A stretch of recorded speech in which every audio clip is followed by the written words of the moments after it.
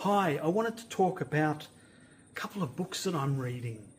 I think I'd like to do this every month or so, say every once a month, and just talk briefly about some of the books that I'm picking through.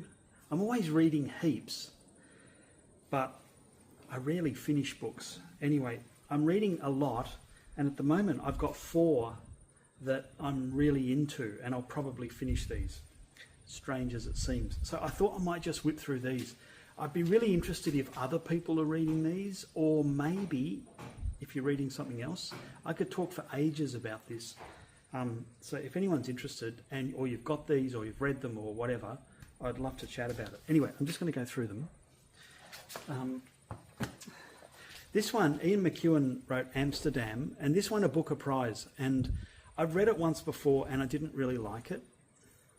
But then I thought, well, it won a Booker Prize, so it must be pretty good. And I have to say, it's well written, and the story moves along, but it's just not to my taste. Second time round, I'm going to finish it, but I think 2 attempts is enough. I don't think I'm going to go for a third one.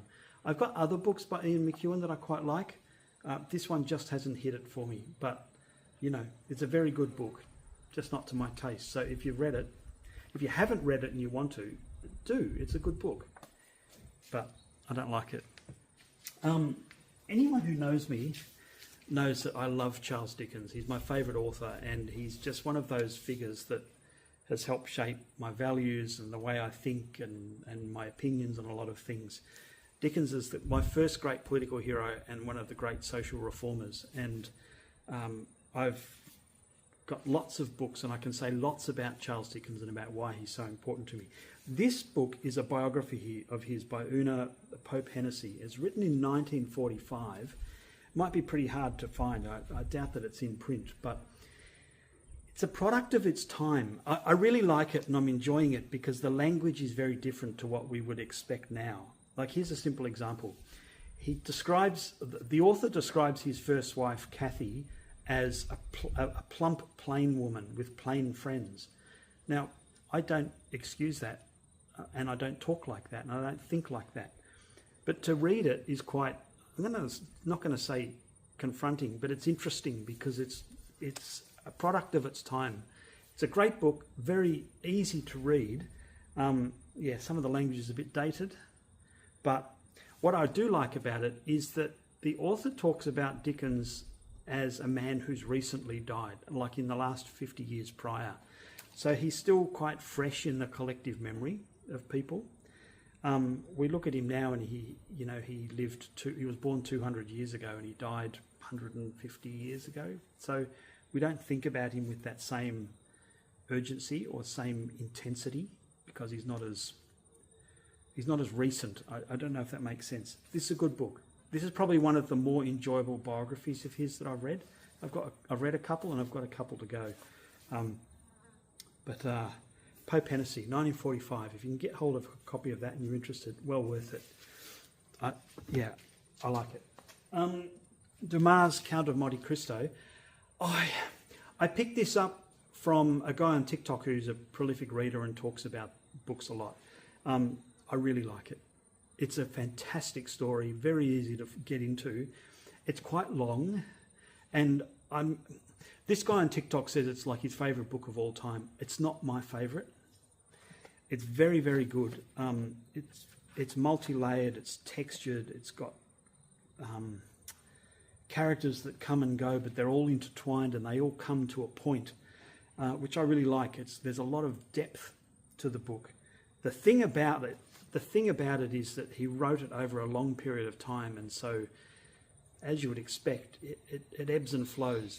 There are areas, the first 20 chapters are spectacular, as good as anything I've ever read, and they're action-packed, and it's exciting and interesting and engaging.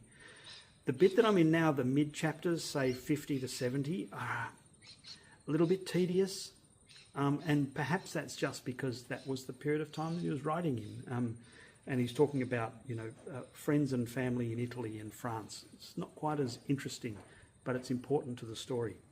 The Count of Monte Cristo. If you've read it, everyone knows the book. If you've read it, I'd love to hear what you think. I think it's one of my favourite books, but it's not my favourite. It's not a book, it's not the best book I've ever read, but it's one of the ones that I've enjoyed the most. Don't know if that makes sense, but I do like it. And finally, this is one that I stumbled on in a bookshop in Canberra. I'll probably say his name wrong, Andre Gide. Andre Gide wrote a journal. He won a Nobel Prize for something, literature, I would imagine. He wrote a journal, a biography, a diary of his life for 60 years. And this is his collected diaries over 60 years. And what I love about this is a beautiful, beautiful book. What I love about this is that he starts writing as a young man, and he's struggling to find his voice. And I've tried journaling before, and I never really progress because I don't know how to start, and I don't know what it should sound like or what to say. You get a bit of a vibe of that here. And then over the years, as he progresses and becomes a middle-aged man and then an older man, and his life takes shape and he immerses himself in stuff that he's passionate about, you hear his voice come through. And anyone involved in creative arts will understand that there can be a lifelong battle to find your voice, to find the voice that, I don't know, that you feel good about. I can't even think of the words. This is a beautiful diary. It inspires me to want to write, to want to journal and try properly, and just let the voice come out and let it evolve over time. Andre Gide, Journals, 1889, 1949. Probably out of print. It's I stumbled on it by accident. I'm so glad I did.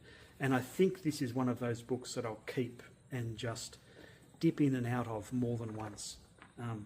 What I should do actually is go to the period of time where he's writing, where he's at my age, in my mid-50s. I'd love to concentrate on his voice at that age. And I'd probably feel really inadequate because I can't possibly imagine doing the same thing. But gosh, it's a good one. Anyway, that's it. I'm reading a lot more than that, but those are the 4 that are standing out for me. I hope you like them. And if you're still watching, fantastic, because I'll probably do it again.